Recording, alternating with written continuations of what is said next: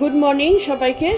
আমাদের সকালবেলার সোমবার আজকে গীতা অনুশীলন ও অনুধ্যানের দিন। আমাদের চলছিল গীতা সপ্তম অধ্যায় জ্ঞান বিজ্ঞান যোগ, এবং এখানে ভগবান তার নিজের স্বরূপ বর্ণনা করছেন আমাদের জ্ঞানের জন্যে। কারণ চতুর্দিকে ভগবান কিভাবে আমাদের মধ্যে ছড়িয়ে রয়েছেন বা তার কৃপা আমরা কত রকম ভাবে পাই, এটা আমাদের ঈশ্বরের কোলে বসে থেকে আমরা টের পাই না। তো সেই কারণে ভগবান নিজ মুখে তিনি তার স্বরূপ বর্ণনা করছেন, এবং আমাদের পড়া হয়েছিল 14 নম্বর শ্লোক অবধি।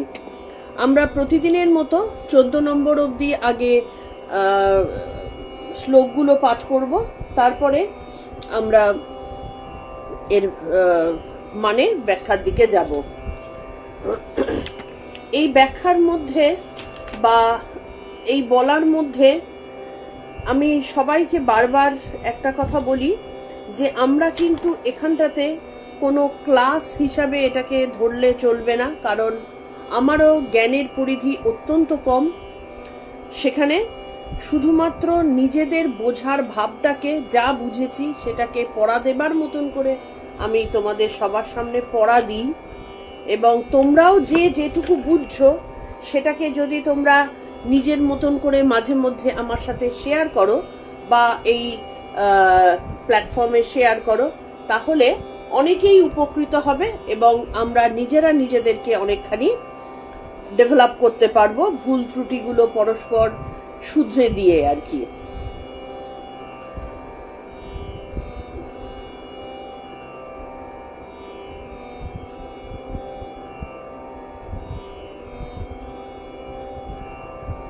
আচ্ছা, প্রণাম মন্ত্র দিয়ে আমরা শুরু করছি।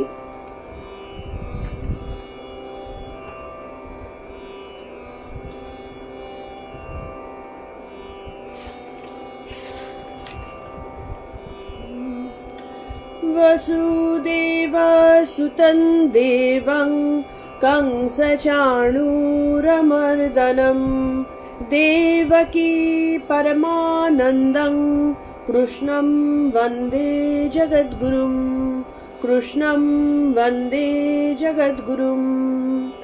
ॐ श्री परमात्मने नमः।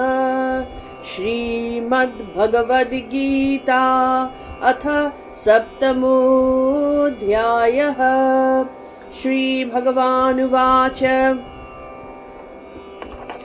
मया सक्तमनः पार्थ योगं युञ्जन्मदाश्रयः असंशयं समग्रं माय यथा ज्ञास्यसि तच्छृणु।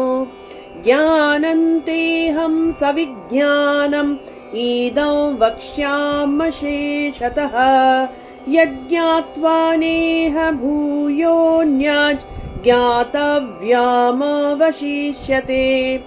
मनुष्याणां सहस्रेषु कश्चिदत्तति सिद्धये यततामपि सिद्धानां कश्चिन्मां वेत्ति तत्त्वतः। भूमिरापो नलो वायुः खं मनो बुद्धिरेव च अहंकार इति यं मे भिन्ना प्रकृतिरष्टधा।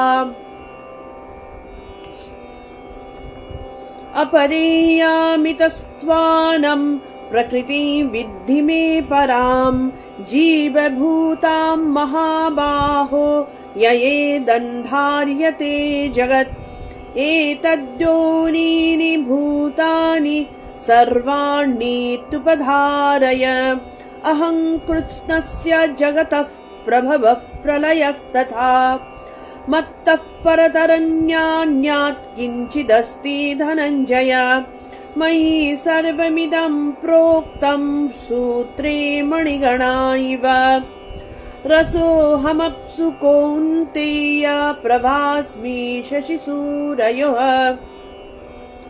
प्रणवः सर्ववेदेषु शब्दखे पौरुषन्नृषु पुण्यो गन्धः पृथिव्यां च तेजश्चास्मि विभावसो जीवनं सर्वभूतेषु तपश्चास्मि तपस्विषु बीजं मां सर्वभूतानां विद्धि पार्थ सनातनम् बुद्धिर्बुद्धिमतामस्मि तेजस्तेजस्विनामहम् बलं बलवताय चाहं कामरागविवर्जितं धर्माविरुद्धभूतेषु कामोऽस्मि भरतर्षभ ये चैव सात्विका भावा राजसास्तामसश्च ये मत्त एवेति तान् विद्धि न त्वाहन्तेषु ते मयि त्रिभिर्गुणमयैर्भावैरेभिर्सर्वमिदं जगत् मोहितन्नाभिजानाति मामेव्यः परमव्ययम् दैवी ह्येषा गुणामयी मम माया दुरत्यया मामेव ये प्रपद्यन्ते मायामेतान्तरन्ति ते। এই 14 নম্বর অবধি আমাদের বলা হয়েছিল। এখানটাতে 14 নম্বরে কি বলা হয়েছে সেটা একটুখানি আমরা সফল করে নিই আর কি। এখানটাতে ভগবান বলছেন যে আমার এই ত্রিগুণাত্মিকা মায়া যা আমার থেকেই সৃষ্টি, কিন্তু এটা এত শক্তিশালী, মানে ভগবানের শক্তি যেটা সেটা এতটাই শক্তিশালী, তাকে অতিক্রম করা অতিশয় দুষ্কর, অতিশয় কষ্টসাধ্য।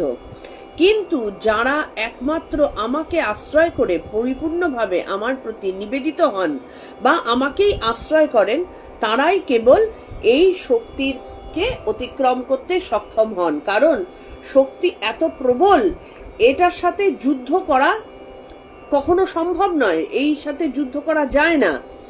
কিন্তু তিনি বলছেন যে কিভাবে অতিক্রম করতে হয় সেটা তিনি, মায়া অতিক্রম না করলে তো ভগবানের কাছে পৌঁছতে পারবো না, তাহলে মায়াকে অতিক্রম করব কি করে, সেটা এত শক্তিশালী।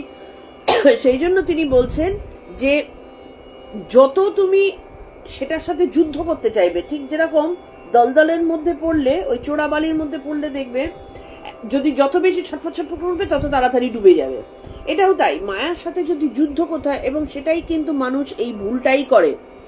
যখন তার মায়া শক্তি যখন আক্রমণ করে তাকে, সে তার রাগ, হিংসা, লোভ, জিঘাংসা এই সমস্ত দিয়ে যুদ্ধ করার চেষ্টা করে, এবং অবভিয়াসলি সেই যুদ্ধটা করতে গিয়ে সে আরো বাজে কর্ম করে ফেলে এবং গাড্ডায় পড়তে থাকে, আরো ইয়েতে পড়ে যায়।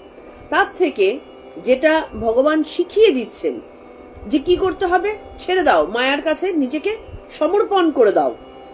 তাতে করে কি হবে, যে ঠাকুর শ্রী রামকৃষ্ণ যেরকম বোঝাচ্ছেন যে তুমি যেভাবে আমাকে রাখবে আমি সেইভাবেই রাখবো। তুমি আমাকে কটু কথার মধ্যে রেখেছো, ঠিক আছে, কটু কথার মতো হোক, আমাকে কি করছে, আমি তো তোমার কোলে বসে। আমাকে দুঃখ দিয়েছো তুমি, আচ্ছা বেশ, দুঃখের মতো হচ্ছে হোক, সে কাজ করছে করুক, আমি তোমার কোলে বসে দেখি, সে দুঃখের মতো পার হয়ে চলে যাবে। ঠিক এইরকম ভাবে মায়া যা করে করুক, তুমি ছায়ের গাদায় রাখো কি সিংহাসনে রাখো, এটা আমার দেখার দরকার নেই। তুমি যেভাবে রাখবে আমি সেইভাবে তোমার কোলে বসে আমি তোমার খেলা উপভোগ করে যাব। এই রকম ভাবে যদি ঈশ্বরের কাছে সমর্পিত প্রাণ হয়ে থাকা যায়, তাহলে মায়া তখন নিজেই হাতে করে নিজে ঈশ্বরের কাছে তাকে পৌঁছে দেন, এবং তার সাথে আর যুদ্ধ করে তাকে ওই ইয়ের চেষ্টা করেন না, কি বলে, প্রতিদ্বন্দ্বিতা করার চেষ্টা করেন না। এই যে কি যেন নাম,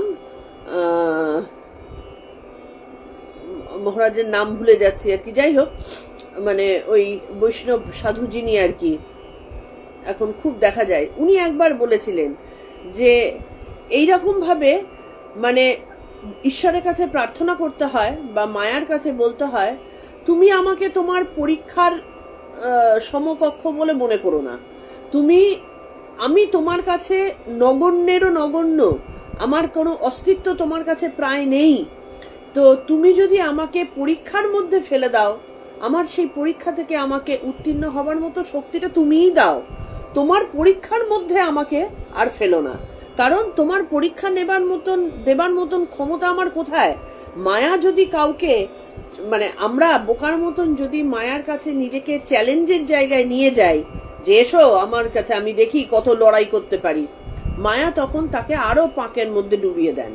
সেই জন্য মায়ার কাছে একদম সারেন্ডার, যে তুমি যেভাবে রেখেছো সেইভাবে রাখো, আমাকে তুমি পরীক্ষার মধ্যে ফেলো না, কারণ তোমার পরীক্ষা দেবার মতন ক্ষমতা আমার কোনোদিনও নেই, কোনোদিনও হবে না। তো সুতরাং তুমি যেভাবে রাখবে, আমি তোমার কোলে বসে, মাকে যেমন বারবার করে বাচ্চা জড়িয়ে ধরে, ঠিক তেমন ভাবে আমরা যদি তাকে জড়িয়ে ধরতে পারি, তখন মায়া নিজেই সরে গিয়ে ঈশ্বরের পথ প্রশস্ত করে দেন। আচ্ছা, তখন দেখা যায় যে মায়া তখন তাকে সমস্ত কিছু অনুকূল করে দিচ্ছে। না হলে এখানে একটা বলে যে মায়া কৃপা করেন না বলে মানুষ ঈশ্বরকে ভুলে থাকে। একজন চেষ্টা করছে সৎ পথে যেতে, কিন্তু মায়া বারবার তাকে আছড়ে আছড়ে ফেলে দিচ্ছেন। কেন? সে সৎ পথে থাকতে তো চেষ্টা করছে, কিন্তু তার সাথে মায়ার সাথে টক্করও সে দিচ্ছে। মায়া কৃপা ওই জন্য করছে না যে আয় দেখি কতক্ষণ টক্কর দিবি তুই, সেই জন্য তার ইচ্ছে থাকা সত্ত্বেও সে সৎ পথে যেতে পারছে না। এবার যখন সে দেখতে পাবে, যে মায়া যখন দেখতে পাবেন যে আরে একে তো পরীক্ষা নিয়ে কোনো লাভ নেই, বেকার, ও তো আমাকেই জড়িয়ে জড়িয়ে ধরছে, তখন মায়া কৃপা করা শুরু করেন এবং দেখা যায় সবকিছুই তার অনুকূল হয়ে যাচ্ছে।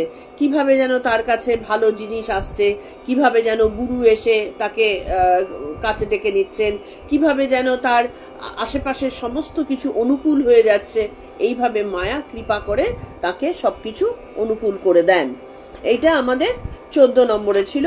আজকের থেকে আমরা 15 নম্বর শুরু করব।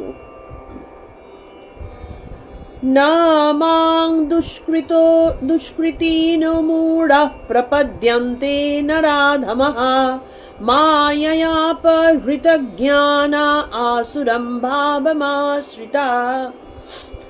মানে কি?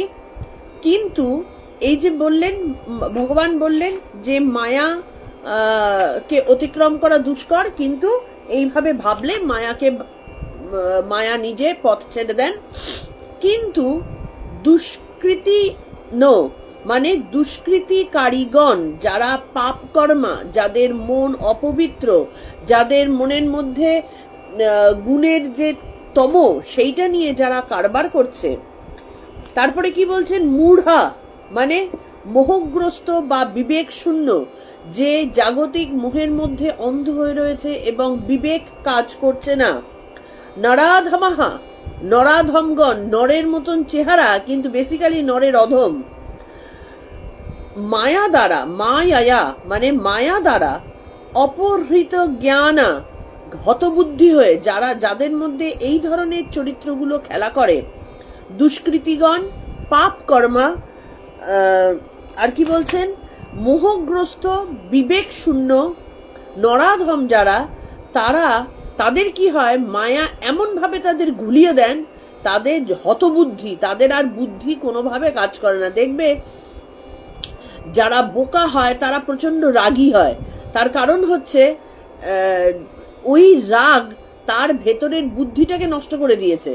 সে আর সুস্থ চিন্তা করতে পারে না যে আমি এই কাজটা করলে বেসিক্যালি আমার লাভ হবে না ক্ষতি হবে, বা প্রতিহিংসা নিতে গিয়ে বেসিক্যালি আমি জলে ডুবে মরবো, নাকি যার প্রতি প্রতিহিংসা নিচ্ছি সে মরবে।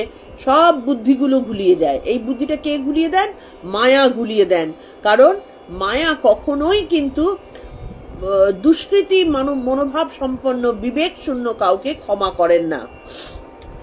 তাই কি বলছেন? হতবুদ্ধি হয়ে, মায়ার দ্বারা হতবুদ্ধি হয়ে, আসুরং মানে আসুর সুলভ, অসুরের মতো ভাবকে আশ্রয় করে। মায়া এমন ভাবে মাথা গুলিয়ে দেবে যে তার মধ্যে অটোমেটিক্যালি অসুর সুলভ ভাবটাই কিন্তু প্রকাশ পাওয়া শুরু করবে। এবং মাং মানে আমাকে না প্রপদ্যন্তে, ভজনা করে না। তখন কি হয়? অসুর সুলভ ভাবটা তার মধ্যে বেশি করে প্রকাশ পাওয়া শুরু হয় বলে সে আর আমাকে ভজনা করে না। তাহলে এবার ভগবান বলছেন যে যদি মায়ার দ্বারা এত কাণ্ডই হয়, যেটা মায়াকে ভজনা করলে বা তোমাকে ভজনা করলেই যদি মায়া থেকে মুক্ত হওয়া যায়, তাহলে মানুষ তোমার ভজনা করে না কেন? তারা এত বোকা কেন? অর্জুন জিজ্ঞেস করছেন যে যদি সেটাই হয় যে তোমাকে ভজনা করলেই মায়ামুক্ত হওয়া যাবে, মায়ামুক্ত হলেই আমরা সমস্ত রকম শারীরিক ও মানসিক রোগ ব্যাধি সমস্ত কিছু থেকে মুক্ত হব, আমরা সমস্ত রকম যন্ত্রণা থেকে মুক্ত হব, তাহলে লোকে বোকার মতন তোমার ভজনা করে না কেন? তখন ভগবান কি বলছেন যে কারা কারা আমার ভজনা করে না?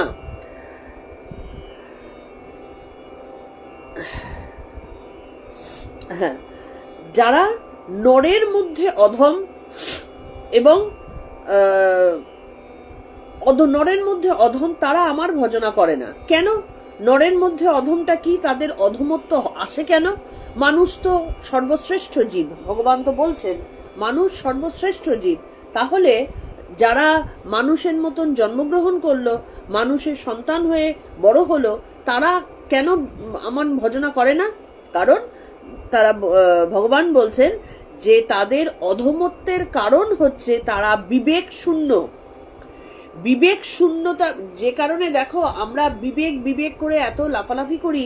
আমাদের ছোটবেলার থেকে ইংরেজি শিক্ষায় শিক্ষিত হয়ে আজকাল সবার আগে আমরা বিবেকটাকে মেরে ফেলতে শিখেছি। সব থেকে ভালোভাবে বিবেক এবং বুদ্ধি, এই দুটোকে মেরে ফেলতে শিখেছি। তো এই বিবেক শূন্যতা যে মুহূর্তে হবে, সেই কিন্তু নরাধম বলে গণ্য হবে। তার কারণ হচ্ছে নরের মতন চেহারা হলেই কিন্তু একটা নর হয়ে যায় না। যেমন একটা পুতুলকে একেবারে 100%, এই যে মোমের পুতুলগুলো যে মাদাম তুসো মিউজিয়ামে, অবিকল সেই রকম দেখতে। মাদাম তুসোর মিউজিয়ামে হ্যাঁ, এক একজন এক একটা মূর্তি দেখলে হতবাক হয়ে যেতে হয় যে এত অবিকল, মানে জীবন্ত। এক একটা সময় একেবারে আমি মাদাম তুসোর মিউজিয়ামে গেছি, একেবারে জীবন্ত, মানে পাশে দাঁড়িয়ে থাকলে তোমার মনে হবে মানে চমকে চমকে উঠতে হয়, যারে এ তো পুতুল। হ্যাঁ, এরকম কাণ্ড হয়ে যায়, মানে কে পুতুল আর কে সত্যিকারের মানুষ বোঝা যায় না। তাহলে এত অবিকল একই রকম হওয়ার পরেও কি তাদের মধ্যে নেই যেটার কারণে তাকে মানুষ বলতে পারছি না? কারণ মানুষের মতন আকৃতি হলেই মানুষ হওয়া যায় না। মানুষের মতো তার বুদ্ধি থাকতে হবে, তার চেতনা থাকতে হবে, তার বিবেক থাকতে হবে, তার বিচার ক্ষমতা থাকতে হবে। এগুলো হচ্ছে মনুষ্যত্বের লক্ষণ। তার মধ্যে দয়া মায়া এগুলো থাকতে হবে। তাহলে এই পুরো জিনিসগুলো যখন তার মধ্যে, প্রথম কথা হচ্ছে দেখো আসুরিক প্রবৃত্তিও মানুষের মধ্যেই থাকে, কিন্তু যদি এইগুলো আসুরিক প্রবৃত্তির চর্চা করতে গিয়ে এই যে বিচার ক্ষমতা, বিবেক শূন্যতা, হ্যাঁ, এই ব্যাপারগুলো যদি তীব্র হতে থাকে, তখন তাকে যদি বা মানুষের মতন দেখতে হয়, তাহলেও কিন্তু তাকে মানুষ বলে গণ্য করা যায় না। সেই রকমই বলছেন যে তার মানে তারাই হচ্ছে নরাধম, নরের অধম, মানে এই মনুষ্যত্বর যে বিশেষ জিনিসগুলো সেগুলো তাদের মধ্যে নেই। সেই কারণে যেহেতু তাদের মধ্যে নেই, মানে এটা একটার সাথে আরেকটা রিলেটেড, যেহেতু তাদের মধ্যে ওই ঘটনাগুলো নেই, সেই কারণে তাদের কি হচ্ছে, তাদের দ্বারা যে কাজগুলো হচ্ছে সেই কাজগুলো নরাধমের কাজই হচ্ছে। তো নরাধমের কাজ কি? একজন মানুষের যদি বিবেক থাকে, সে কারোর ক্ষতি করার আগে 10 বার ভাববে যে আমি এই যে ক্ষতিটা করে ফেললাম, হতে পারে এই লোকটা আমার ক্ষতি করেছে, তার প্রতিশোধ নিচ্ছি আমি, তো এই প্রতিশোধটা নিয়ে আমার যে ক্ষতিটা হয়েছিল সেটা কি ফেরত আসবে? বা আমি এই যে ক্ষতিটা করছি আরেকজনের, তাতে কি সত্যিই তার ক্ষতি হচ্ছে, না বেসিক্যালি আমি গাড্ডায় নেমে যাচ্ছি? এই যে বিচার, বা এটা করে আমি কি আমার সেই পুরনো জিনিসটাকে ফেরত পাবো, এই বিচারটা কে করবে? যার মধ্যে মনুষ্যত্বের বিবেকটা আছে বা বিচার ক্ষমতাটা আছে, সে ইয়ে করবে। কিন্তু যখনই তার মধ্যে রাগ বা প্রতিহিংসা চরিতার্থ করার মতন মন তৈরি হবে, সবার আগে সে বিচার ক্ষমতা হারাবে, এবং বিচার ক্ষমতা হারিয়ে সে জিঘাংসা সুলভ কাজকর্মগুলো করবে। এবং যেই সে এই কাজটা করলো, অটোমেটিক্যালি সে কোথায় চলে গেল?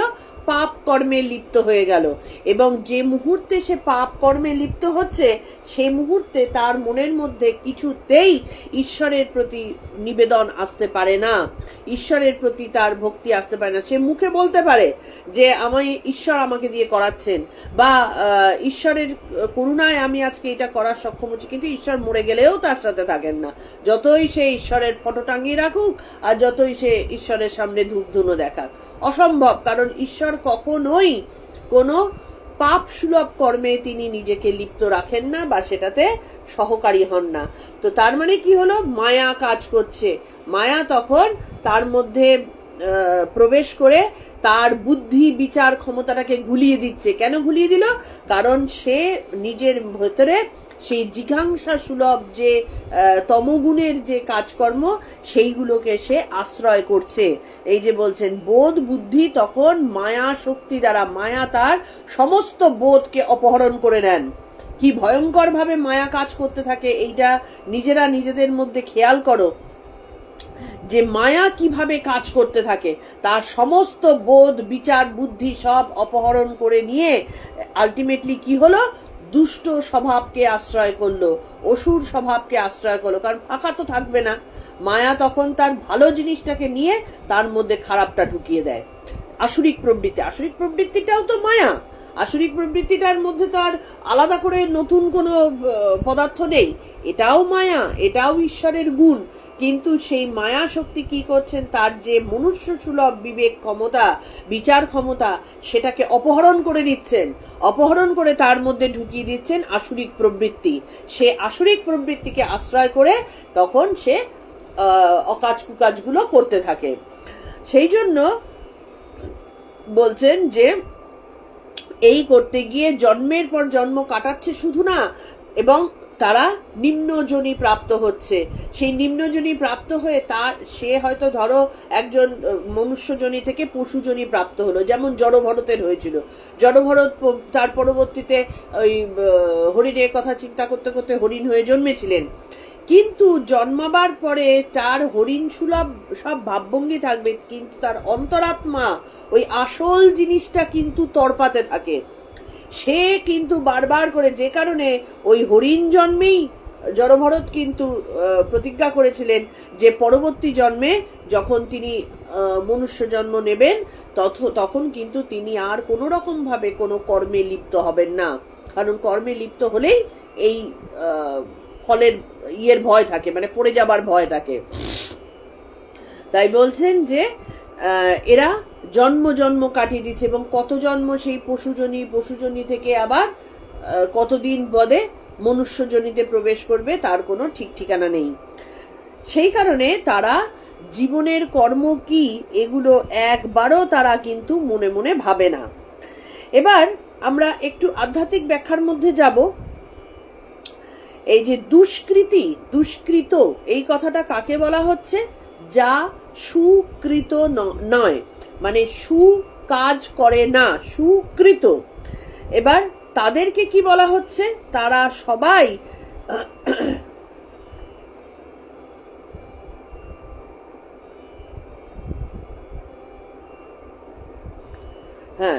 তাতে তারা এই সুকৃত মানে মানে ব্রহ্ম সুলভ যে কাজ, মানে ব্রহ্ম সুলভ যে কাজ, সেই কাজটা তারা করছে না। সেই কারণে তারা নরের অধম। কারণ নরের কাজই হচ্ছে ব্রহ্মের দিকে ধাবিত হওয়া। তারা যেহেতু ব্রহ্মসুলভ কাজ করছে না, ব্রহ্মসুলভ কাজ মানে কি? আমাদের যেমন মন সবসময় নিম্ন দিকে ধাবিত হয়, তার থেকে উঠিয়ে এনে ঊর্ধ্ব দিকে যাওয়ার নামই হচ্ছে ব্রহ্মসুলভ কাজ বা মানুষের কাজ বা নরের কাজ। কারণ যখন মন, আগের দিন আমরা বলেছিলাম, ঈশ্বর যখন মন রূপে একটা মন হয়ে যখন আমাদের ভেতরে প্রবেশ করেন তখন তার গতিটা হয় নিম্নগতি। এই নিম্নগতির মধ্যে কি কি পড়ে? আহার, নিদ্রা, মৈথুন এই জিনিসগুলো নিম্নগতির মধ্যে পড়ে, কারণ এগুলো সব আমাদের দেখবে অনাহত চক্রের নিচে, আমাদের নাভি চক্রের নিচে, সেইখানে দ্বারা আমরা জীবন চালিত হয়। তাহলে এই কাজগুলো কে করবে? পশুরা করবে, কারণ পশুরা এই আহার, নিদ্রা, মৈথুন এছাড়া তারা কিন্তু আর কিছু মানে করে না। তার কারণ তাদের মধ্যে চেতনা শক্তি কিন্তু নেই বা ভাবার শক্তি নেই। একমাত্র মানুষেরই আছে। এই যে ব্রহ্ম শক্তি নিচে নেমে যাচ্ছে সেটাকে আবার টেনে ঊর্ধ্বগতিতে নিয়ে যাওয়া হচ্ছে নরের কাজ। তাহলে নর যখন সেই কাজ থেকে বিরত থাকে তাকে নরাধম বলা হয়, কারণ সে সর্বদা ওই একই চিন্তা করে যাবে, তার বাইরে সে বেরোতে পারবে না।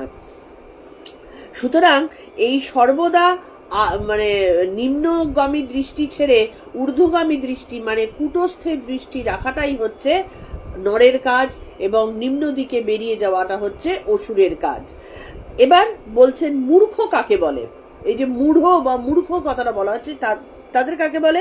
এই দুষ্কৃতি কাজ করা বা পাপিষ্ঠ কারা। এই যে আমরা পাপ পাপ বলে কথা বলি, পাপিষ্ঠ যদিও আমাদের হিন্দু শাস্ত্রে পাপ বলে, পাপী বলে কাউকে বলা হয় না, কারণ প্রত্যেকেরই একটা ভুল হয়, কিন্তু সেই ভুলটাকে নিয়ে যখন কেউ চর্চা করে তখন সেটা পাপ কাজে পরিণত হয়ে যায়। তাহলে এই দুষ্কৃতি মানে যে সুকাজ করে না, এরা 4 রকমের হয়ে থাকে। 4টে রকমের কথা ভগবান এখানটাতে বলছেন। সেই 4 রকম কি কি? একটা হচ্ছে মূর্খ, একজন হচ্ছে নরাধম, একজন হচ্ছে মায়া প্রহিত জ্ঞান, মায়া যার কাছ থেকে অপহৃত হয়ে গেছে সেই মায়া অপহৃত মানুষ, আরেকজন কি? অসুর প্রকৃতি। এই 4টে প্রকৃতির দ্বারা চালিত হয়ে মানুষ একেবারে গাড্ডায় পড়ে যায়। সেটা কি কি? মূর্খ। মূর্খ কাকে বলে? যাদের কোনো আমার সম্পর্কে জ্ঞানই নেই, ভগবান কি তাদের কোনো তার সম্পর্কে কোনো জ্ঞানই নেই, এবং তারা পশুর মতো ওই আহার, নিদ্রা, ভয়, মৈথুন এই দিয়ে চলে। ওই জন্য আমাদের শাস্ত্রে ভয়কে সবসময় অভয়ম অভয়ম সত্ব সংশুদ্ধির বলা হয়েছিল না? সে অভয় প্রদানকারী। আমাদের হিন্দু শাস্ত্র সবার আগে অভয় প্রদান করেন মা বই। তুমিও ভয় ছাড়া ভয়হীন হও। কিন্তু ভয় থাকবে কার? পশুর ভয় থাকবে। মানব সন্তান হয়ে তার ভয় থাকার কথা না। কিন্তু এবার আমাদের গন্ডগোল আছে, আমাদের তো মাথা একদম ঘুলানো মাথা। সেই জন্য আমি নির্ভীক, আমি কোনো কথা বলতে ভয় পাই না, আমি সত্য বলতে ভয় পাই না। এই দিকে যাওয়ার মোহে আলটিমেটলি মুখ দিয়ে যে কি কুকথা বার করছে, আর কি অকথ্য গালিগালাজ করছে, কত মানুষের কথা দিয়ে ক্ষতি করে ফেলছে, কত কি বলে নিজে অন্যায় করে ফেলছে কথার মাধ্যমে, ভাবছে আমি সত্য কথা বলছি। হ্যাঁ, তো তার মানে কি? আলটিমেটলি কি হলো? সে মূর্খ হলো। তাহলে এই হচ্ছে অভয়ম, মানে আমাকে এই যে দুঃখের সাগর, এই যে যন্ত্রণার সাগর, এই যে আমাদের পার্থিব যে ভয়, এর থেকে ভয় পেতে নেই। কারণ এটা মনে রাখতে হয় আমি আলটিমেটলি ঈশ্বরের কোলেই আছি, ভয়ের কিচ্ছু নেই। এই ভয় আর কি? পশুর মতো আহার, নিদ্রা। পশু কি করে? নিজের ইনস্টিংক্টে খায়, ইনস্টিংক্টে খায় না। যে কারণে দেখবে শরীর ভালো থাকলে পশু খিদে পেল, খেয়ে নিল, যেই খিদে মরে গেল চুপ করে বসে থাকলো। আবার যেই কি বলে তার শরীর খারাপ করলো, খাওয়া বন্ধ করে দিল, শরীর ঠিক হয়ে গেল, আবার খাওয়া শুরু করলো, কোনো চিন্তা করে না, পশুর মতো। আর কি? নিদ্রা। কাজের মধ্যে 2, খাই আর শুই, এছাড়া আর কি কাজ আছে? একটা পশু কি কাজ করে? হ্যাঁ, খাওয়া, পেট যখনই খিদে পায় শিকার করতে দৌড়োয়, পেট ভরে গেল, বসে বসে ঝিমাতে থাকলো, এই। আর কি? মৈথুন। এবার মৈথুনও যে শারীরিক প্রক্রিয়া, তার যখন ভেতর থেকে একটা চাহিদা আসছে, সে সময়ের সাথে সাথে সেই চাহিদা পূরণ করছে, তার জন্য কোনো বিবেকের তাড়না, ভালোবাসার এগুলো কিছু বোঝে না। যদিও আজকাল তো আমি সমস্ত নেট ফেটে উল্টোটাই দেখতে পাই, মানুষের মধ্যে দেখতে পাই বিবেকহীনতা, আর পশুর মধ্যে দেখতে পাই বিবেকের ভরপুর প্রমাণ। তাদের মধ্যেই ভালোবাসা দেখা যায়। তাহলে মূর্খ হলো যারা এই যে আমাকে তারা বোঝে না। তার মানে এই আহার, নিদ্রা, ভয়, মৈথুন এর মধ্যে তো সত্যগুণ কিছু নেই। সুতরাং এর মধ্যে থেকে আমার চিন্তা করা কখনোই সম্ভব নয়। তারা সাধনার দিক দিয়েও যায় না, সেই কারণে তাদেরকে মূঢ় বা মূর্খ বলা হচ্ছে। আরেকজন কি নরাধম। নরাধম কাকে বলে? তারা আমাকে একটু একটু বোঝে, কিন্তু এত অতিরিক্ত তার বিষয়ের প্রতি মন এবং তার মানে অন্তরটা এত বেশি ক্লামজি যে তারা ওই অল্প একটু বুঝেও বেসিক্যালি আমাকে বোঝে না। এরা কি করে, এরা দেখবে ঠিক বাড়িতে একটা ঠাকুর মায়ের ফটো রাখা আছে, না আমি ঠাকুর মায়ের ভক্ত, কিন্তু ঠাকুর মায়ের নির্দেশ, ঠাকুর মায়ের উপদেশ, ঠাকুর মায়ের কিচ্ছু তারা এক বর্ণও তাদের মগজে ঢোকে না, সেই মতো কাজও করে না, কিন্তু ফটোটা আছে, হ্যাঁ, লোককে দেখানো। কারণ রামকৃষ্ণ মিশনের সাথে যুক্ত থাকা, ঠাকুর রামকৃষ্ণের ভক্ত হওয়া, মায়ের ভক্ত হওয়া, এটা একটা স্ট্যাটাস সিম্বল আর কি। তো তাদের কথা বলা হচ্ছে যে একটু বোঝে, যে ওই জন্য ফটোটা টাঙিয়ে রেখেছে, যে মানে ভগবান বলে কেউ একজন আছে, শিব পুজো করছে কি ঈশ্বর ঠাকুরের পুজো করছে কি নারায়ণ পুজো করছে, এক একটা পুজো টুজো করছে, কিন্তু তাদের ওই যে যেমন ডাকাতরা আগেকার দিনে খুন করতে যাবে, মানুষকে লুট করতে যাবে, মা কালীর কাছে বলি চড়িয়ে পুজো করে রক্ত তিলক দিয়ে তারা গেল, বিশাল মায়ের পুজো করলো, গিয়ে যে পাপ কাজ করছিস সেদিকে খেয়াল নেই। মানে মা কি পাপ কাজে আশীর্বাদ, হ্যাঁ তোদের পাপ কাজটা যেন ভালো মতো হয়, এই আশীর্বাদটা করেন কি? কখনোই করেন না। তো সেই কারণে তাদের মন কিন্তু ওই নিচের দিকেই পড়ে থাকে। এরা নামে মাত্র মানুষ, কিন্তু সব সময় অপকর্মেই তারা নিজেদেরকে রত রাখে। সেই জন্য মানুষের মধ্যে তারা অধম। যদি কোনো ক্রমে তারা সাধন পেয়েও যায়, সেই সাধনকে তারা ধরে রাখতে পারে না বা সাধন প্রপারলি করতেও পারে না। এই হচ্ছে নরাধম। আর কি? মায়াপহৃত জ্ঞান, মানে মায়া দ্বারা অপহৃত জ্ঞান কার হয়েছে? কিছু লোকজন আছে দেখবে কোনো সময় সাধু কথা শোনে। ধরো সাপোজ আমি একটা উদাহরণ দিচ্ছি, ধরো এই যে আমরা আলোচনা করছি, এই আলোচনার কথা ফেসবুক ঘাঁটতে ঘাঁটতে দু একজন হয়তো শুনে ফেললো, কিন্তু শোনার জন্য তারা শোনে না, তারা শোনে কিন্তু এর দোষটা ধরবার জন্য। এর মধ্যে থেকেও যে দুটো চারটে ভালো পাওয়া যেতে পারে, সেই ভালোটুকুকে আমি নেব, এইটার জন্য তারা শোনে না। তেমনি সাধুর কাছে গিয়েও তারা একই জিনিস করে, ও সাধুটা কতটা বুজরুকি কথাবার্তা বলছে সেইটা ধরার দিকে মন বেশি। আরে বুজরুকি শোন না, সেই বুজরুকির মধ্যেও তো সে 10টা লোক ভুলানোর জন্য ভালো কথা বলছে, শুনে নে। বুজরুকি যদি তার ধরার মতন ব্যাপার ভগবান যদি করে থাকেন যে ওর বুজরুকিটা ধরতে হবে, তাহলে ঠিক কোনো না কোনো সময় সে ধরিয়ে দেবে তাকে। তার জন্য আমাকে চিন্তা করতে হবে না, আমি তার উপযুক্ত লোক নই, ভগবান ঠিক তার ব্যবস্থা একটা করে দেবেন। আর যদি মনে করেন যে না এর এই বুজরুকিটাই আরো দুটো লোকের ভালো করছে, তাহলে ভগবান তাকে বুজরুকিটা করতেই সাহায্য করবেন। তো আমি সেইখান থেকে ভালো কথাগুলো নিই না, সেটা কিন্তু করবে না।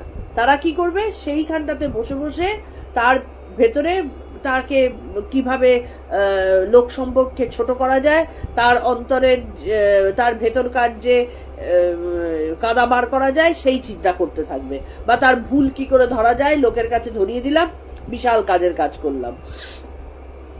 তো সেই কারণে তারা কি করে, তার ওই সাধুর কাছে, আবার যারা এই সাধুর কাছে গিয়ে এরকম করে, সদ্গুরুর কাছে গিয়েও তারা একই কাজ করে।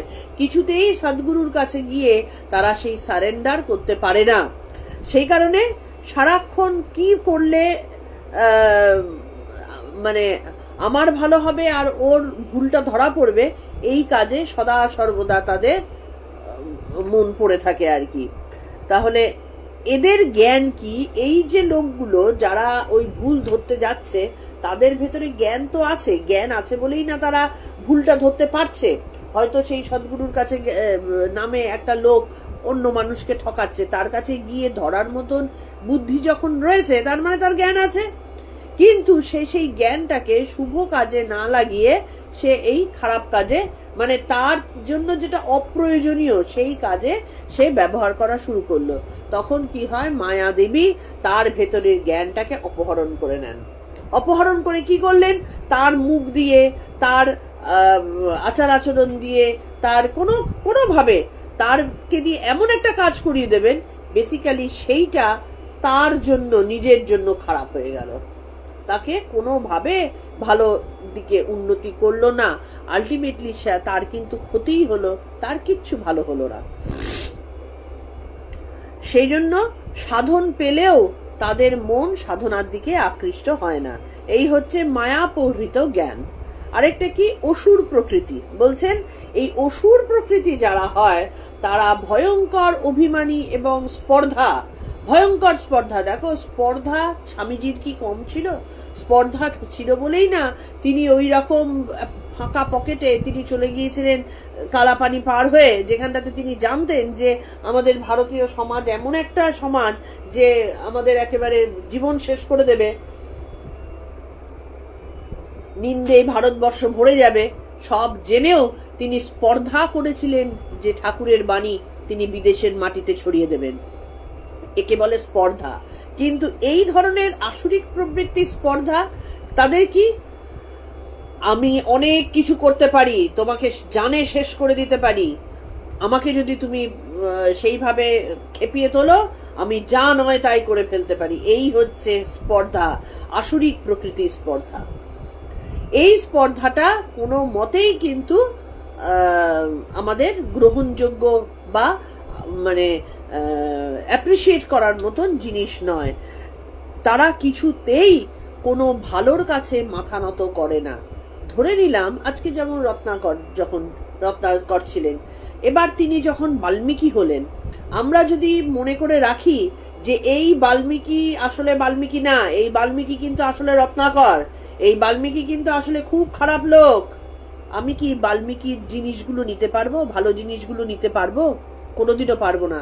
আমার মনের মধ্যে বাল্মীকির সেই রত্নাকর বৃত্তিটাই কিন্তু চলবে। এরা এই ধরনের লোক যে তারা সারাক্ষণ একটা ভালো মানুষের মধ্যে, একটা মানুষের মধ্যে ভালোত্ব থাকলেও সে তার কাদা ঘাটতে থাকে, তার কোন জায়গাটায় কাদা আছে খুঁচিয়ে খুঁচিয়ে বার করে করে সেইখানটা থেকে আমি তার এগেনস্টে একটা বিশাল মানে যুদ্ধ করলাম। হয়তো সেই মানে সেই কাদাটা হয়তো তার ভুলও হতে পারে, মানে সে হয়তো ভুল জানে, তার জানাটা ভুল, কারণ এই ধরনের লোকেরা তো বিবেক শূন্য হয়, তারা সত্য জানবে কোথার থেকে। সুতরাং ভুল জানা, কিন্তু সে ভুল নিয়েই সে চর্চা করে যাবে, কিছুতেই ভালো জিনিসটা সে করবে না। সেই কারণে কোনো মতে তাদের কাছে মাথা নত করবে না যে আমি এর কাছ থেকে ভালো জ্ঞান পাচ্ছি, ভালো শিক্ষা পাচ্ছি, ভালো একটা জীবন পেতে পারি আমি এইটা চর্চা করলে, করবে না। সে সমানে তার নিজের রাগটাকেই, সেই ভ্রান্তটাকেই সে পুষে ধরে রাখবে এবং সেটা নিয়ে চর্চা করবে এবং ভাববে যে আমি বিশাল কিছু একটা কাণ্ড করতে পারি আর কি। হ্যাঁ, এই যে এক্স্যাক্টলি দেখো, বলতে গিয়েই এই কথাটা আসলো। কেউ কেউ ভালো লোক আছেন যাকে লোকে শ্রদ্ধা ভক্তি করে, লোকে ভালোবাসে, কিন্তু অসুর প্রবৃত্তির লোকেরা যেই জানতে পারে যে ওই লোকটাকে শ্রদ্ধা করছে, তারা সেটা সহ্য করতে পারে না। কোনো মতে তাদের সেই সহ্য না করতে পেরে অনর্থক সেই সাধু সম্পর্কে বা সেই ভালো মানুষটা সম্পর্কে কতগুলো নোংরা কথাবার্তা ছড়াতে থাকে, অপবাদ প্রচার করতে থাকে। স্বামীজির সম্পর্কে করেনি? স্বামীজি যখন ভারতবর্ষে ফিরলেন, এই ভারতবাসী, এই বাঙালি, আমাদের বাঙালির বড় দুর্ভাগা বাঙালি, যে বহু জ্ঞান ক্ষমতা থাকার মানে ক্ষমতা থাকা সত্ত্বেও বেসিক্যালি তারা নোংরা কাজেই নিজেদেরকে অতিরিক্ত সময় দিয়েছে। এই স্বামীজি তিনি একজন এত বড় মহারথী, হ্যাঁ, সারা পৃথিবীর মানুষের কাছে পূজনীয় তিনি। আমাদের ভারতবাসীর কিছু এই অসুর প্রবৃত্তির লোক তার নামে কতগুলো অপবাদ দিল, তার চরিত্র নিয়ে অপবাদ দিল, তার কেউ কেউ আবার ঠাকুরের কথা কেন বলেনি সেই নিয়ে অপবাদ দিল। হ্যাঁ, সে একটা আলাদা মত প্রতিষ্ঠা করার চেষ্টা করছে, এরকম ধরনের বিভিন্ন ধরনের অপবাদ। সিস্টার নিবেদিতার সাথে তাকে নিয়ে কত অদ্ভুত অদ্ভুত কথাবার্তা, এবং সেগুলো রং রঙের ঘটনাও, হ্যাঁ, মানে তারা মানুষ উপভোগ করে। তো স্বামীজির মতো একটা মানুষকে নিয়েও তারা কিন্তু নোংরা কথাবার্তা বলতে ছাড়ে না। এটা হচ্ছে মানুষের ধর্ম, এটাই মানুষের মানে বিবেকহীনতার পরিচয়, এবং অধিকাংশ মানুষই কিন্তু এই স্বভাবটা নিয়ে চলে যে ওকে 5টা মানুষ ভালো বলছে, ওর একটু উন্নতি হচ্ছে, ও দুটো সাধু কথাবার্তা বলছে, লোকে শ্রদ্ধা করছে, টেনে আনো, ওর ভেতরের থেকে কিছু অপবাদ দেওয়ার ব্যবস্থা করো। তো এই রকম আসে। এবং এখানে বলছেন দেখো, মিথ্যা অপবাদে তাদের প্রতিপত্তি নষ্ট যদি না হয়, মিথ্যা অপবাদ তো প্রথমে দেবে, তাতে যদি প্রতিপত্তি নষ্ট না হয় তবে তাকে মৃত্যু মুখে ফেলতেও এদের মনে লজ্জা আসে না। প্রথমে তারা কি চেষ্টা করে, মিথ্যা অপবাদ দিয়ে সামাজিকভাবে তাদেরকে ছোট করার চেষ্টা করে।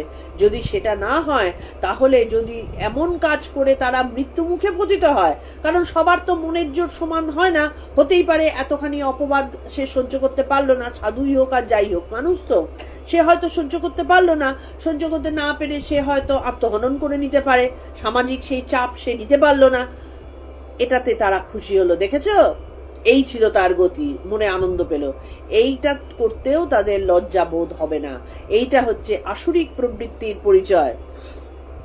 নিজেকেই সব থেকে বেশি উচ্চ বলে তাদের বিশ্বাস, এমনকি নিজেকে স্পেশাল একটা বিশাল কিছু করে বলে, হ্যাঁ মানে স্পেশাল কিছু, আমি সব দিক থেকে আমি শ্রেষ্ঠ, এইটা মনে মনে ভাবতেও তাদের ভয় লাগে না।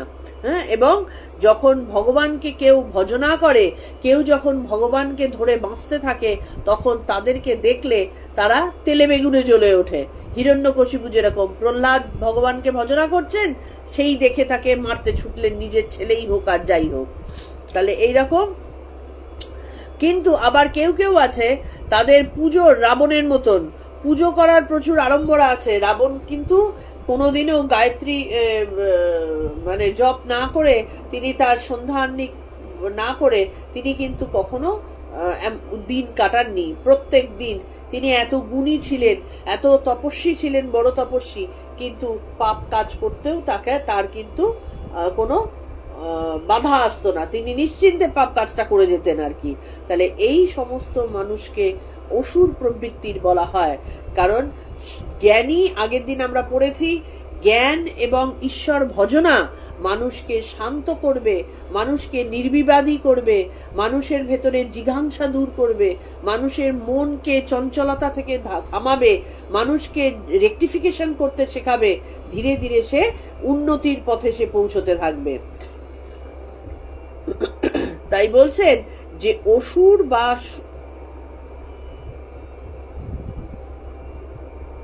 হ্যাঁ, তাই বলছেন অসুরের কাজ হচ্ছে আত্মদৃষ্টি শূন্য হওয়া, আর দেবতার কাজ হচ্ছে সর্বদা আত্মাকে লক্ষ্য রাখা। আত্মাকে লক্ষ্য রাখা মানে কি, একেবারে শূন্য থেকে শুরু করা, যে আমার মধ্যে কোনো ত্রুটি আছে কিনা সেটাকে রেকটিফাই করা, আমি ভুল কথা বলে ফেললাম কিনা সেটাকে রেকটিফাই করা, আমার ভেতরে রাগ আসছে কিনা সেটাকে রেকটিফাই করা। এইভাবে ধীরে ধীরে ধীরে ধীরে তিনি আত্মার মধ্যে কনস্ট্যান্ট অবস্থান করা শুরু করেন। এইটা হচ্ছে দেবতার কাজ।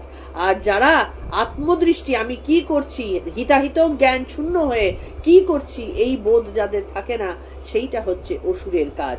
তাহলে যারা এই ধরনের আচরণ করে, এই ধরনের আচরণকে প্রশ্রয় দেয়, তারা কখনোই আমার ভজনা করতে পারে না।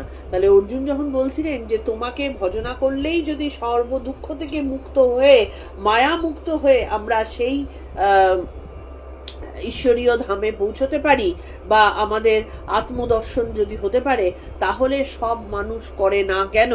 তখন তার উত্তরে ভগবান বলছেন যে যাদের মধ্যে এই মনোবৃত্তি আছে, তাদের পক্ষে আমার ভজনা করা সম্ভবই নয়, কারণ তারা আমার ওই মায়ার যে উগ্রতা, সেই উগ্র জায়গাটাকে তারা প্রাধান্য দিচ্ছে।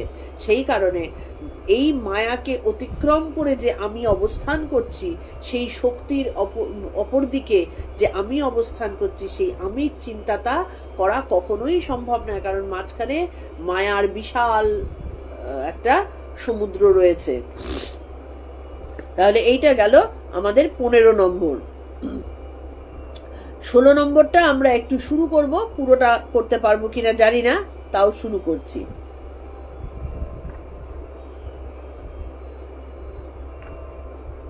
আচ্ছা, তোমাদের মধ্যে কারা আছো, তারা কি শুনতে পাচ্ছ? বা একদম নিশ্চুপ, আমি মানে কোনো নরণচরণ দেখতে পাচ্ছি না, আমি বুঝতেও পারছি না ওই জন্য যে আদৌ মানে আমার নেট ফেট চলছে কিনা, কেউ আছে কিনা। যারা শুনছো বা শুনতে পারছো একটু মানে একটা কিছু অন্তত লাভ লাইক বাটন প্রেস করো, কিছু মানে ডু সামথিং আর কি। আচ্ছা, 16 নম্বরে রয়েছে চতুর্বিধা ভজন্তে মাং জনঃ সুকৃতনোর্জুন आर्तजिज्ञासुरर्थार्थी ज्ञानी च भरतर्षभ। चतुर्विधा भजन्ते मां जनः सुकृतिनोऽर्जुन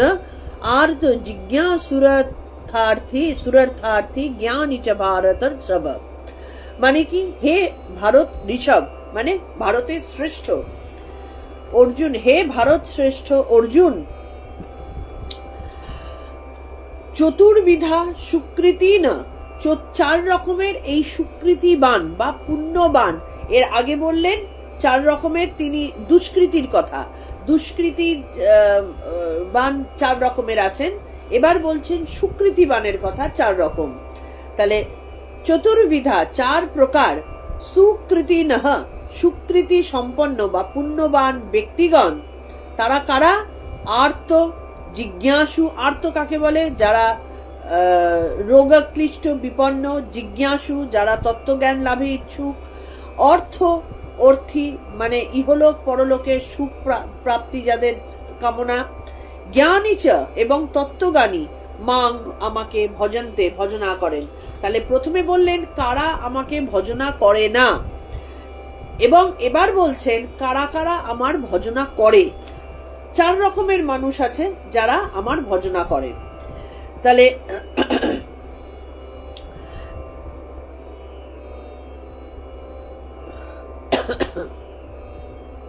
হ্যাঁ, এই 4 রকমের যে কথা তিনি বলছেন, এই 4 রকমের মধ্যে একজন হচ্ছেন আর্ত। হ্যাঁ, এই বা 4টে যে কথা বললেন তিনি, 4 জন মানুষের যে কথা বললেন, এই 4 জনের মধ্যে 4 জনই খুব ভালো। ঠাকুর ভগবান প্রথমে বলছেন এই 4 জনই ভালো, কারণ ভালো না হলে তো ঈশ্বরের আলোচনা করা যাবে না, ঈশ্বরকে ভজনা করা যাবে না। অবশ্যই ওই তারা দুষ্কৃতি নয়, কিন্তু তার মধ্যেও প্রকার ভেদ আছে। তার মধ্যে কিছু রয়েছে যারা একেবারে নিষ্কাম ভাবে ঈশ্বরের ভজনা করছেন, আর কিছু রয়েছেন যারা সকাম ভাবে ঈশ্বরের ভজনা করছেন। তাহলে যারা নিষ্কাম ভাবে করছেন অবভিয়াসলি তাদের প্রতি ঈশ্বরের আলাদা একটা দৃষ্টি থাকবেই। তো সেইখানটাতেই ঈশ্বর এবার বর্ণনা করছেন সুকৃতি সম্পন্ন কারা। তাহলে কি কি? একজন হচ্ছে রোগক্ষোভ হয়েছে, বিপন্ন অসহায় বোধ করছে। আমাদের অধিকাংশেরই যেটা হয়, অসহায় বোধ করছি, কি করব বুঝতে পারছি না, রোগগ্রস্ত হয়ে গেছি, সাংসারিক ঝামেলা সামলাতে পারছি না, ভয়ে আকুল হয়ে গেছি। এই আকুল হয়ে ঈশ্বরের সাহায্য প্রার্থনা করছি আমাদের সংসারটাকে ভালো রাখার জন্য, কারণ আমি জানি যে আমার দ্বারা এর থেকে বেশি সম্ভব নয়। সেই কারণে হে ভগবান তুমি দেখো, সেই ভগবানের কাছে সাহায্য প্রার্থনা করছি। এদেরকে বলা হয়, বা কি কি সংসারে রোগ শোক দুঃখ দারিদ্রতা শত্রু বা অন্য কারণে বিপদে পড়েছে এবং তা থেকে উদ্ধারের আশায় ভগবানের শরণাপন্ন হয়েছে, এদেরকে বলা হয় আর্ত ব্যক্তি। এবং আমাদের সমাজে অধিকাংশই কিন্তু আমরা আর্তরূপে ঈশ্বরের ভজনা করি। কজন আছি যে ঈশ্বরকে জানতে চাই বলে ভজনা করি? আমরা অধিকাংশ ক্ষেত্রেই আর্ত বলে ভজনা করি। হয় আমাদের কোনো ভয় কাজ করছে, না হলে কোনো শোক, শারীরিক শোক হতে পারে, মানসিক শোক হতে পারে, হ্যাঁ, শত্রু দ্বারা বিপদ হতে পারে। এই সব কারণে যারা ঈশ্বর ভজনা করছে, হে ভগবান বাঁচাও, তাদেরকে বলা হয় আর্ত। জিজ্ঞাসু মানে আর্তের থেকে একটু ভালো উন্নতির দিকে যারা যাচ্ছে, জিজ্ঞাসু। তাদের বক্তব্য কি? তারা হচ্ছে মুক্তিকামী, তারা জানে মুক্তি পেতে হবে এবং মুক্তি পাওয়ার জন্য তারা কি করছে? ভগবানের তত্ত্বজ্ঞান লাভ করার চেষ্টা করছে। যেমন তারা কি করবেন? এই ধরনের মানুষেরা সত্য অনুসন্ধানের জন্য সাধুসঙ্গ করবেন, শাস্ত্র পাঠ করবেন, হ্যাঁ, তারপরে তাদের মনের মধ্যে প্রশ্ন আসবে যে আমি কি করছি সারা এই জীবনভর, যে এই সংসারের জ্বালা জ্বলে গেলাম, আমি করছিটা কি? তাহলে আমার করার আর কি আছে, যেটা আমার, যেদিকে আমার যাওয়া উচিত, আমার যেটা জানা হয়নি। হ্যাঁ, তাহলে ব্রহ্ম কি? এই যে সবাই বলছে ব্রহ্ম ব্রহ্ম, ব্রহ্ম কি? এই যে প্রশ্নগুলো যাদের মধ্যে আসছে তাদের বলে জিজ্ঞাসু। তারা এই জিজ্ঞাসাটার মাধ্যমে ঈশ্বরের ভজনা করছেন। আরেকজন কি? অর্থার্থী, মানে অর্থ বা সম্পদের জন্য যে ঈশ্বরের ইয়ে করছে। তারা দেখবে তাদের দৃঢ় বিশ্বাস আছে, তাদের ঈশ্বরের প্রতি কিন্তু প্রবল বিশ্বাস। তারা জানে যে আমি যদি সৎপথে থাকি, আমি যদি এইভাবে ধ্যান জপ করি, এইভাবে শাস্ত্র নির্দিষ্ট পুজো টুজো খুঁটিনাটি ভাবে পালন করি, খুঁটিনাটি ভাবে বার ব্রত উপোস কাপাস এগুলো যদি আমি করি, তাহলে আমার ভালো হবে। তাহলে এই যে কারণে যারা ঈশ্বরের ভজনা করছে তাদেরকে অর্থার্থী, মানে তাদের মধ্যে বাসনা রয়েছে, বাসনা পরিপূর্ণ করবার জন্য তারা ঈশ্বরের উপাসনা করছে। আর শ্রেষ্ঠ যে সে জ্ঞানী, তাকে বলা হয় জ্ঞানী। তিনি কি করছেন? তিনি নিষ্কাম ভাবে জাস্ট তিনি আনন্দ পাচ্ছেন, হ্যাঁ, কোনো উদ্দেশ্য ছাড়া আমার ভালো লাগছে তাকে নিয়ে চিন্তা করতে, এইভাবে ঈশ্বরের ভজনায় তাকে নিয়ে বুঁদ হয়ে থাকতে ভালো লাগছে, সেই কারণে তিনি ঈশ্বরের ভজনা করে যাচ্ছেন, জাস্ট তার সাথে মিলিত হবার জন্য। আমার মধ্যে এখনো ডুয়ালিটি রয়েছে, আমার মধ্যে ঈশ্বর প্রভু তুমিও আমি রয়েছি, সেটা আমি চাই না, আমি পরিপূর্ণভাবে তোমাতে মিশে যেতে চাই। এই যে ভালোবাসার মাধ্যমে যে তিনি উপাসনা করছেন, তিনি হচ্ছেন জ্ঞানী। অতএব যারা সকাম ভক্ত তারাও ঈশ্বরের ভজনা করছে, যারা নিষ্কাম ভক্ত তারাও ঈশ্বরের ভজনা করছে। এরা প্রত্যেকেই কিন্তু সুকৃতি অধিকারী, কারণ তারা ভালো কাজ করেছে বলেই তারা অসুর ভাবাপন্ন নয়। কিন্তু যারা সকাম ভাবে ভজনা করছে, তার যেভাবেই করুক না কেন, বিপদে পড়ে হোক কি ভগবানের অন্য উদ্দেশ্যেই হোক, ভগবানের শরণাপন্ন হলেই বোঝা যাবে যে তার চিত্ত কিছুটা হলেও নির্মল হয়েছে।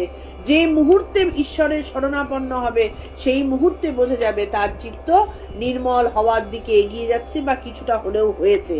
এবার যখন সেটা সকাম থেকে নিষ্কামের দিকে পৌঁছবে, তখন বোঝা যাবে তার পরিপূর্ণ নির্মল চরিত্রের অধিকারী সে হয়েছে।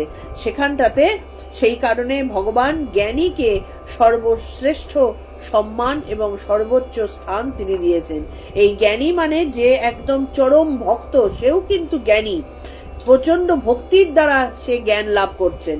তো সেই কারণে ভক্তি ও জ্ঞানের সর্বোচ্চ অবস্থার কথা ভগবান এখানটাতে বললেন। এবার এই যে এখানে বলছেন, ভক্ত প্রহ্লাদের ভক্তিতে প্রসন্ন হয়ে ভগবান নৃসিংহ যখন বর দিতে চাইলেন, তখন প্রহ্লাদ বললেন, আমি ব্যবসায়ী নই যে ভক্তি ভালোবাসা কেনা বেচা করব। আমি ভালোবাসি, আমি তার পরিবর্তে কিচ্ছু চাই না, তোমাকে যেন ভালোবেসে যেতে পারি, এটাই হচ্ছে আমার উদ্দেশ্য।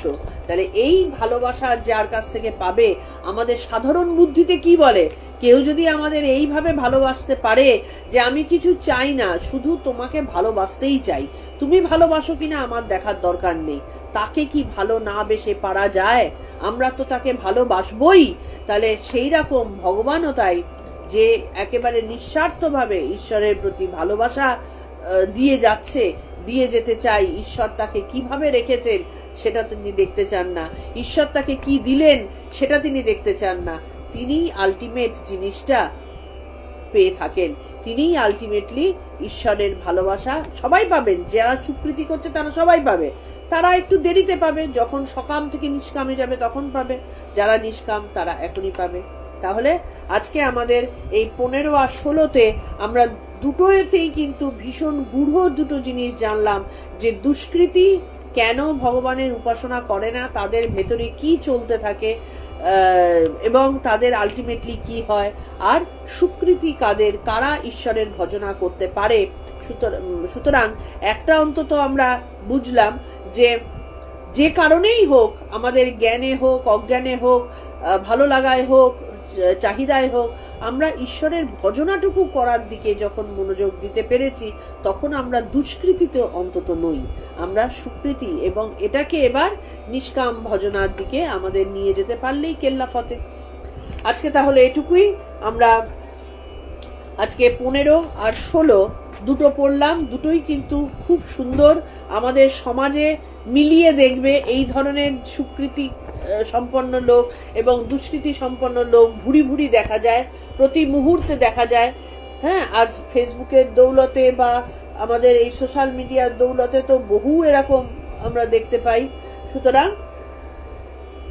যারা সুকৃতি সম্পন্ন তাদের কোনো ভয় নেই। অভয়ম, ভগবান আমাদের অভয় দান করেছেন, তিনি আছেন, তার আলোচনায় আমরা রয়েছি, তার মধ্যে আমরা রয়েছি, এই ভাবটুকু সত্যি যদি রাখা যায়, ব্যাস আর কিছু দরকার নেই।